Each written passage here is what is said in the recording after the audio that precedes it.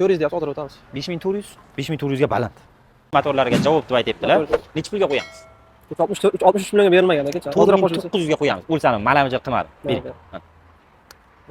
4900. Necha pul bo'lishini aytaymi? 4900. 61 million 250 ming bo'lyapti. Bo'lmaydimi? Qancha bo'ladi? Qancha qo'shish? 63 savdosi qo'yamiz. 63 qayerda?